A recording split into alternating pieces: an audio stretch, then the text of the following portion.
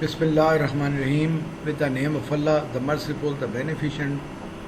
I hope you are all fine and following my guidelines on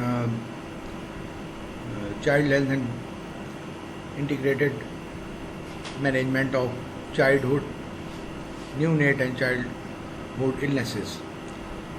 You must be in the process of streamlining your knowledge and must be in the process of making up your mind that what design should be there to improve the health of the babies under 5 years of age, and of course to decrease the morbidity and mortality among those children.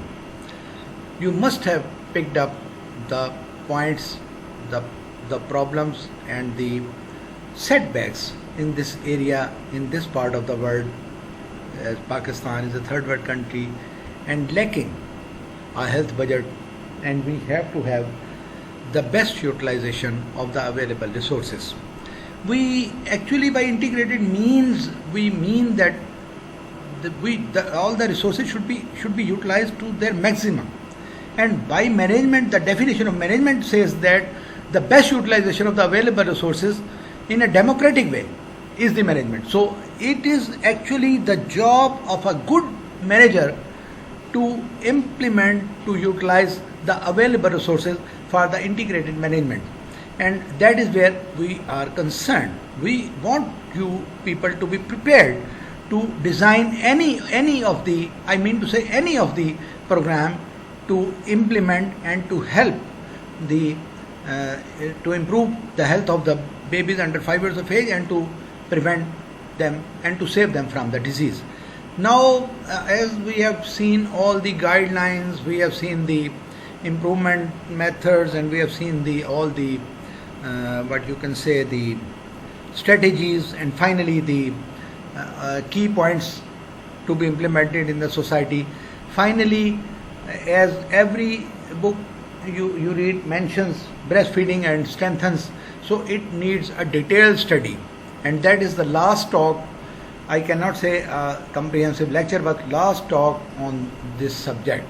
I am not satisfied with the standard I have been delivering you, but still I believe at least I can make a little bit favorable sort of environment for you to see the subject, to know the subject, to see the problems in our society, and to at least to provide guidelines for their improvement. Final, last but not least, breastfeeding.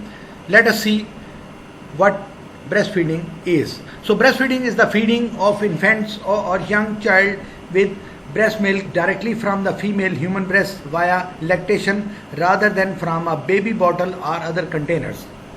This is the first instinct of the human being, every human being, that in the uterus of the mother the baby starts to suckle, and the breastfeeding does not need to be taught to the baby. The baby himself or herself can start the breastfeeding, and that is the first relation of that baby to other human beings. First baby, when the baby breathes, takes the first breath, that is the first relation with the environment. And when the baby suckles and gets the first drop of blood of milk into his mouth, that is the first relation with the human being, and that is all the times, if not 100%, most of the time with the mother. Then is the babies have a suckling reflex that enables them to suck and to swallow milk.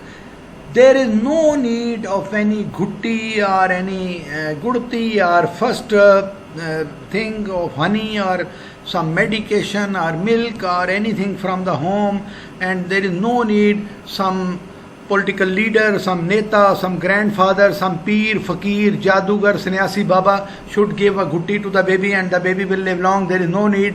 Only the mother can start the baby to swallow and to take the feeding through her milk, and that can be started in maybe in 1 hour or half an hour of the delivery of the baby. In unavoidable conditions can be started after 1 hour. Exclusive breastfeeding for the first 6 months or first 4 to 5 months of life is recommended, after which infants should receive safe and nutritionally adequate complementary foods while breastfeeding continues for up to 2 years of age or beyond. This is exactly according to the religion. Islam also says us that you can feed your children on your milk for 2 years or more, and up to 2 years, and the weaning, the additional food or the supplementary food can be started, which should be semi-solid or other helpful food, can be started after 4, 5 months or even 6 months of age. To enable mother to establish and sustain breastfeeding, there should be initiation of the breastfeeding within the first hour of life. Exclusive breastfeeding, the infant only receives breast milk without any additional food or drink or even water. No need of anything.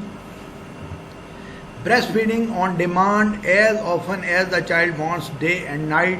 No use of bottles, teats, purifiers. I tell you one thing, sir, those teats, those bottles, or those whatever you can say, the nipples, they are source of infections. Those children who are put on those nipples or teats, they always develop chest infection and GIT infection. They never are relieved from those such type of infections. So there is no need of any nipple or any teats or any pure pacifiers. No need.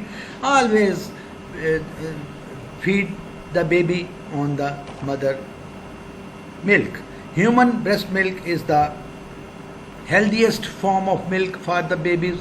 There are few exceptions, such as when very much limited and very much calculated type of exceptions. One is when the mother is taking certain drugs, maybe strong antibiotics, maybe certain anti-tuberculosis drugs, maybe certain other drugs, or is infected with HIV, because sometimes in secretors the HIV is secreted in the milk, or has active and untreated tuberculosis. That can also be a complementary problematic factor.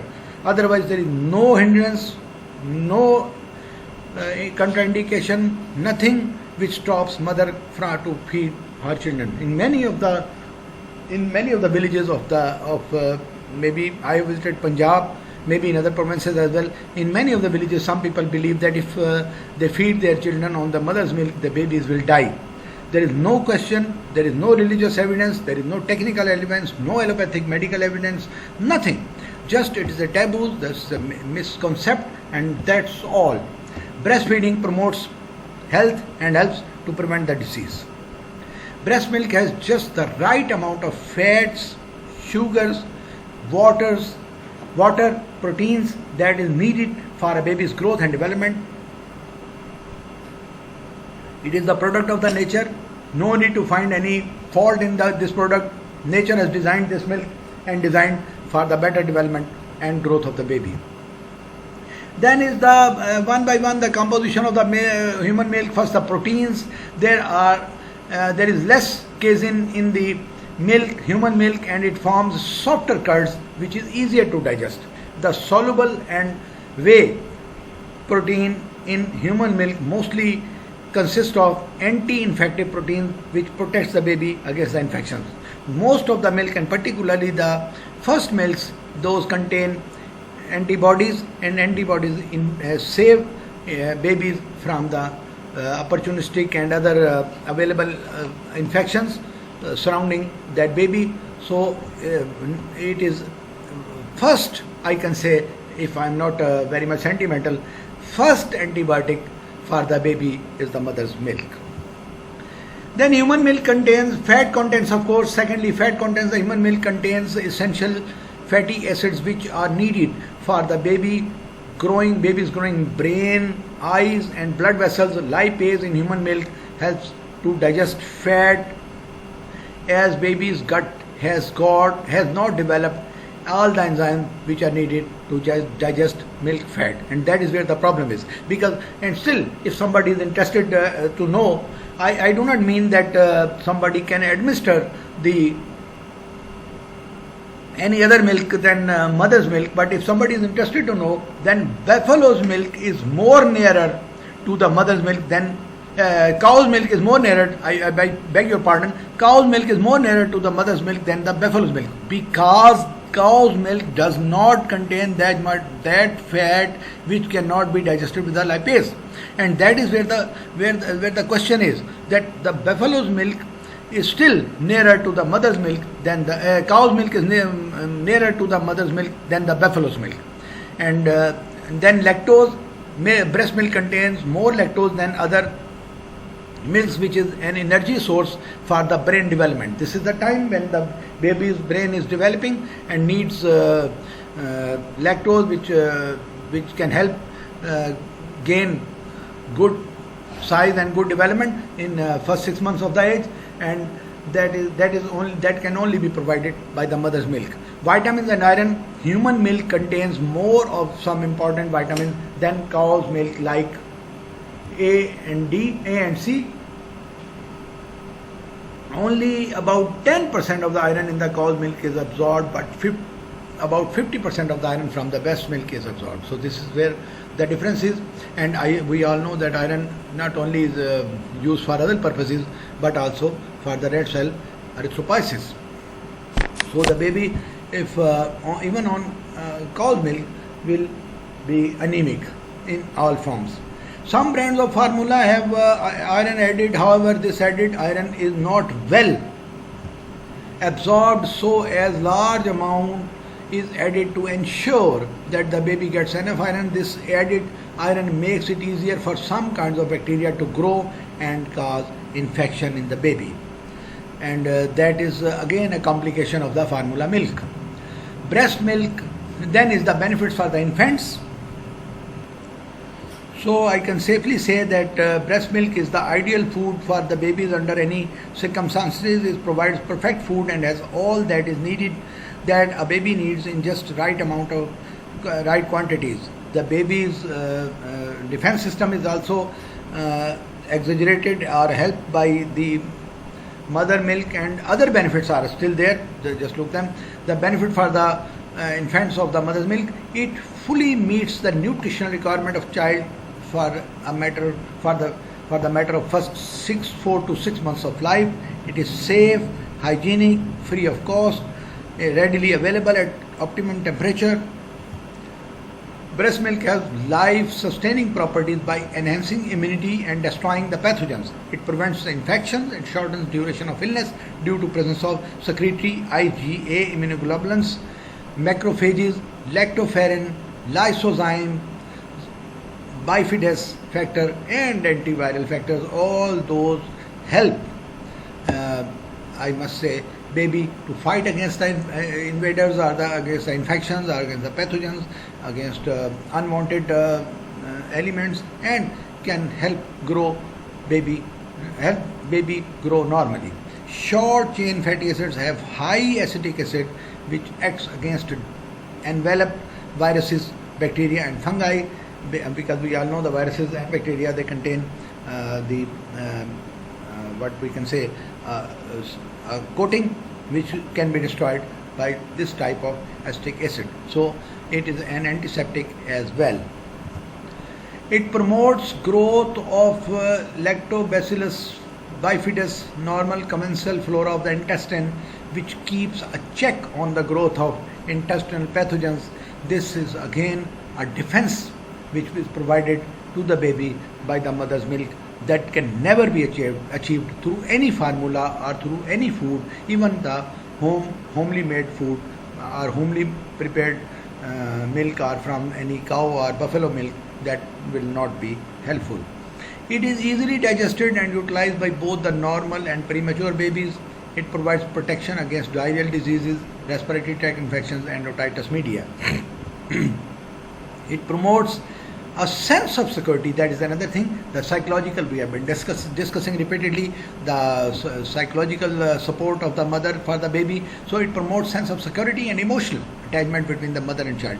The child feels secure and feels at home and safe when fed by her mother. That is why always the intellects say that mother is the first institution for the baby. It's not only that mother is feeding the child, but mother is also guiding her child towards the normal life, pointing out certain normal patterns of life, pointing out certain things which even the baby cannot understand, but still the feel of security helps baby to grow normally and to gain a confident personality in him. Suckling also helps the baby in the development of the jaws and teeth, so that is again a way by which the baby exercises his jaws and teeth, and by doing so the baby, sometimes baby needs to work hard because if the baby is underweight or baby needs more feed, then maybe the mother is not in a position to provide repeatedly, so the baby needs to suckle more and more to get the required amount of food, of milk, and has got a suckling job to do, which is an exercise for the jaws and teeth and the tongue. So by doing so the baby is also not only gains confidence, but is good for its development. Benefit for the mothers, obviously the bonding is there between mother and the baby. I have already discussed a lot about it, the psychological safety, the relation between the mother and the baby, and the long lasting effect of this between mother and the baby, and the secure feel of the baby, and hormones released during breastfeeding help to strengthen the maternal bond. The oxytocin and prolactin relax the mother and make her feel more nurturing towards her baby. This gives a sign of what I can say, of a reliever to the mother. She feels a protector for her baby. She feels a cover for her baby when oxytocin and prolactin are released. Those help release more milk and help release more hormones, which give her a sense of security, and she feels that she is doing some good job for her family, for her baby. Hormone release breastfeeding soon after childbirth increases oxytocin levels, making mother's uterus contract more quickly and reduce bleeding. This is not all, but oxytocin also helps increase the release of the milk, and oxytocin also helps to revitalize, to start the cycle, menstrual cycle on a normal way, and that is again a very much helpful thing for the mother. Then is the weight loss. As the fats are accumulated during pregnancy, in particular of the families who are affording and can provide a high fat diet to the pregnant lady, and then as the fats are accumulated during pregnancy are used to produce milk, and breastfeeding uses an average of 500 calories a day. It helps the mother lose weight after giving birth, but that does not mean by any means that we should not increase the intake of the mother. We have to make sure that we are providing more calories to the lactating mother, particularly the ladies who were previously malnourished or maybe having anemia or lesser weight when they were pregnant. Natural postpartum infertility, that is again a very much important aspect of breastfeeding. The breastfeeding may delay return to the fertility by suppressing the ovulation. The women may not ovulate and have regular periods during the entire lactation period. That means it is an automatic type of what we can say contraception. The mother will not conceive again till most of the time the mother will not conceive again till the time she is lactating or she has been breastfeeding her child. That is again a type of two-way helpful. One is that the spacing will be there, and two is the baby will get more attention, and the health of the mother will also be improved. If she is feeding her baby on the milk and she gets pregnant again, so that will again be a fake idea. the mother will start losing her health and the baby will not grow normally and the next baby is coming. So if the mother continues to feed her child on her milk, that will again be helpful for the mother to avoid conception in a short time, and that will help at if he, say for example, if it continues for 2 years, at least 2 years she will be safe, and the next baby will at least be spaced 3 years after the delivery of the first baby. So that is again a sort of a contraceptive measure. Long-term health effects are still there on the baby, on the mother as well. Those include less risk of breast cancer, ovarian cancer, endometrial cancer. This is a time-tested thing I am describing. All the researches point towards it that the breast cancers, ovarian cancers, endometrial cancers are uncommon among those ladies who have fed their children on their own milk. So that is a very, very much big advantage to those mothers. Breastfeeding diabetic mothers require less insulin and have reduced the risk of metabolic syndrome. Again, this is because of the energy consumption and the energy utilization of those mothers, and the breastfeeding mothers, they are fit enough to not to need insulin. Rather, they are fit and they can fight against any metabolic disorder. Then is the breast milk production and maintenance. The milk production starts immediately after delivery as maternal progesterone level drops and oxytocin increases. Suckling results in the production of prolactin by anterior pituitary and oxytocin by posterior pituitary. So both of them, they help produce milk. Oxytocin reflex may be inhibited by worry, stress, pain, or doubts. Again, the doubts about her milk, the doubts created by the taboos by other people, the ladies, the visiting ladies, the ladies in the village, they may produce taboos against the doubts in the minds of the mothers, and they will have oxytocin reflex will be inhibited, and the oxytocin reflex will be facilitated by the sound or sight of the baby, or by the suckling effect of the baby, by the repeated demand by the baby, and will be helpful. The facilitate the suckling reflex, the oxytocin reflex will be increased or facilitated by the mother's confidence as well. If she believes that her milk will give life to her baby and she should feed her baby on her own milk, so that will increase the release of the milk from her breasts.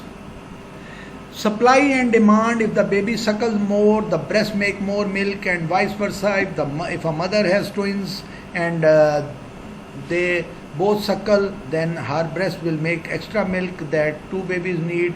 So it is demand versus supply, but of course, mother should be given good amount of calories. Otherwise, she may not be able to produce that much milk.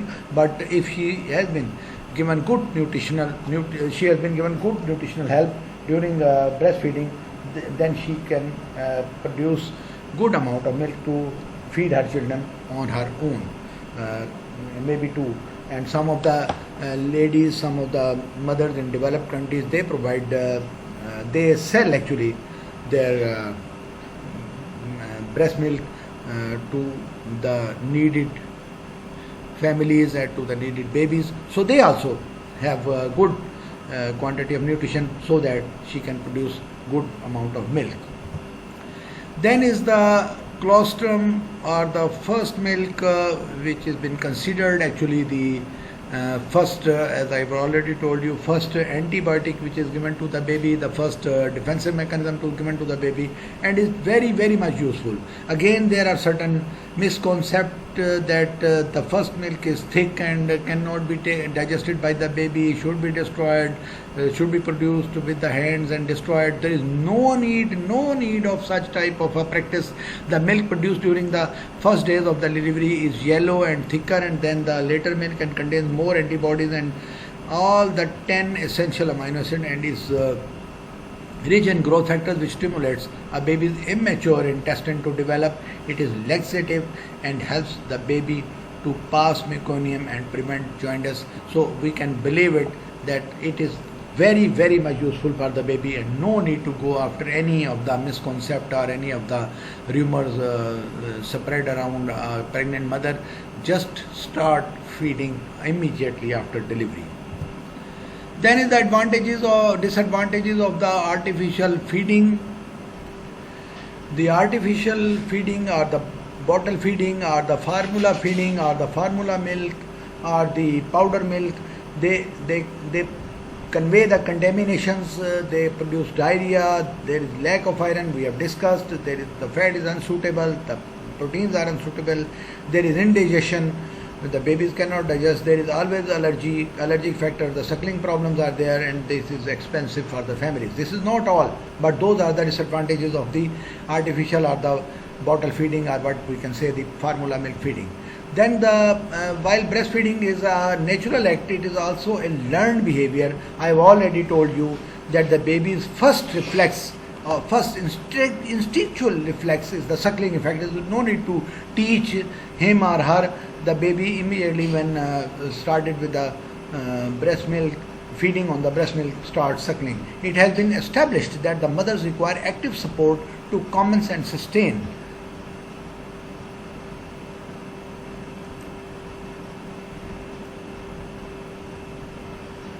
appropriate breastfeeding practices.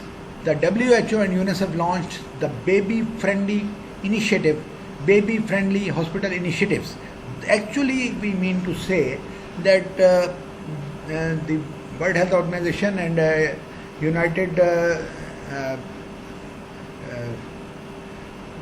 Children Emergency Fund, those NGO, those organizations launched certain practices in certain hospitals where the mothers are trained or mothers are guided for the breastfeeding.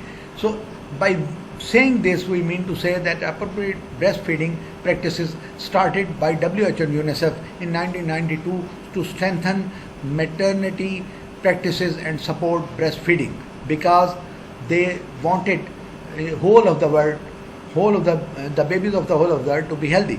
This problem is not in this part of the world. This problem that the mothers do not, some of the mothers, of course, they do not want to feed their children on their milk, but this is very much common in the western part of the world, where all of the ladies are working. The ladies believe the beauty of their body will be lost. They will have certain fitness problems, and they believe that they don't have time. Sometimes the broken families, because the divorces and those problems are very much common in in the West.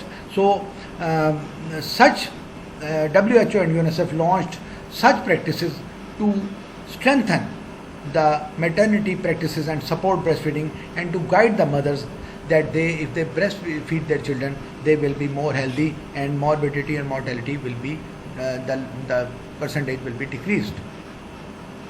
Then for this purpose, for the baby-friendly hospitals, institutions, initiatives, the staff at these hospitals educate, first the staff, the capacity building of the staff was done, and then they educate the mothers for a healthy life of the infant, for her immunization and other information beside breastfeedings. Then the baby-friendly hospitals initiatives has improved the founding of exclusive breastfeeding worldwide, and with the support of the health system has helped mothers sustain exclusive breastfeeding practices. The mothers are inspired and told the benefits, and they are inspired and told the way to feed their children, told the way to keep themselves fit, told the way to produce more milk. If they have got twins, then told the way to the nutritional aspects to increase the release of the milk. So by doing all that, they have not only is that they have increased the status, the number of mothers who breastfeed their children, but also has improved the health of the babies and health of the mother by doing so. WHO's breast milk substitute code, now they have produced certain codes, and those are implemented in whole of the world, but and also in Pakistan, and the code has 10 important provisions, 10 restrictions and 10 disciplines are designed. Our health department has also issued the same designs and 10 important aspects, and restrictions are there for to discourage, I mean to say that to discourage the formula milk sale in or practice in this part of the world. So first of all, the 10 important provisions, the code has 10 important provisions designed by WHO but implemented in Pakistan as well. So first of all, no advertising of any of those milk products or formula products to the public. One, no advertising. Then is the no free samples to the mothers or to the health physicians or to the pediatricians. No promotion of products in the healthcare facilities, in the hospitals, in the BHUs, RSCs, so tertiary care, primary care hospitals, including the distribution of free or low cost supplies. No company sales representative to advise the mothers or the doctors or the LHWs or any LHVs for the promotion of formula milk. No gifts are sampled to the health workers. No type of gifts are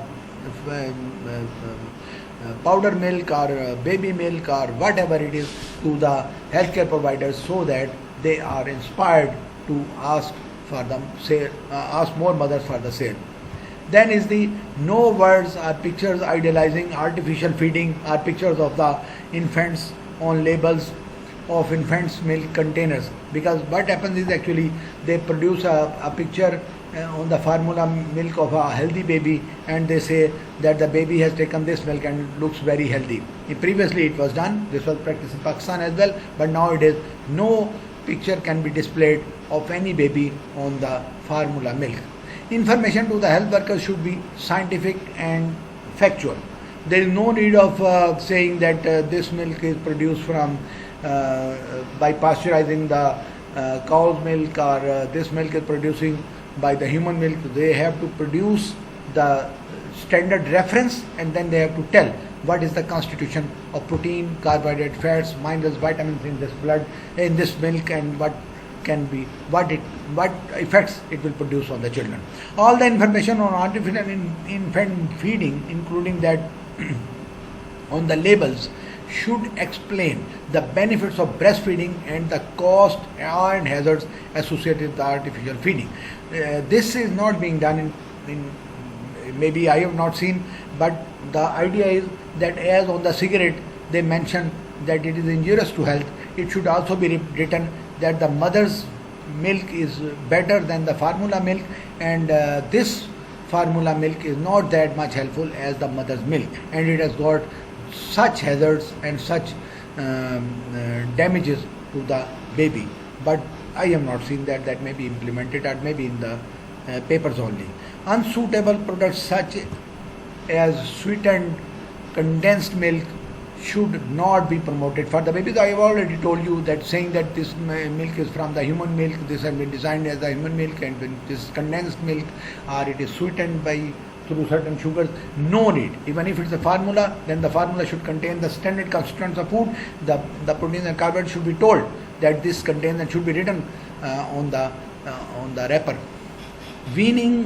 Finally, weaning is the gradual process of optimizing a child at the age of 5 to 6 months by replacing, I must not say replacing, I must say by adding semi-solid or homemade foods, solid foods or semi-solid foods in addition to the breast milk, so that the baby can gain required level of weight and can go for the normal growth and development. With the supplementary food in addition to the mother's milk, because the mother's milk is not sufficient to sustain the growth beyond 5 to 6 months of age, and that is where we need to add certain other products to the baby and continue to the 2 years, continue increasing the amount, the quantity of those additional products, the products prepared at home. Again, not formula, not Cerelac, no Ferrex, nothing, but the products made at home, the maybe prepared from the cow's milk or from the rice, from the porridge or certain other things, but those will again be helpful to the health of the baby. Those are the guidelines, and this is my last and 10th lecture on the subject of child health and preventive pediatrics, and we have seen that the condition in Pakistan is not very much encouraging at this stage, but with the help of IMNCI practices and with the help of other guidelines from WHO and UNICEF, we will be in a position to prevent the disease and to improve the health of the babies and the mother. But by all means, we mean to say that IMNCI should be, if we follow the key 20 key points, 12 key points, 20 key community practices, by all means it will be helpful to increase the level of health of the child and the mother in this part of the world, and to prevent the percentage, to decrease the percentage of the prevent the disease and to decrease the percentage of morbidity or mortality in this part of the world. Your feedback will be long awaited. This is the weekend and my last talk on this subject, and this week, next week we shall start with the next chapter, and meanwhile remember me in your prayers, and my crunch burger with chili garlic sauce is waiting. You may also have the help of Food Panda if you want to enjoy. Thank you very much. Meanwhile, goodbye.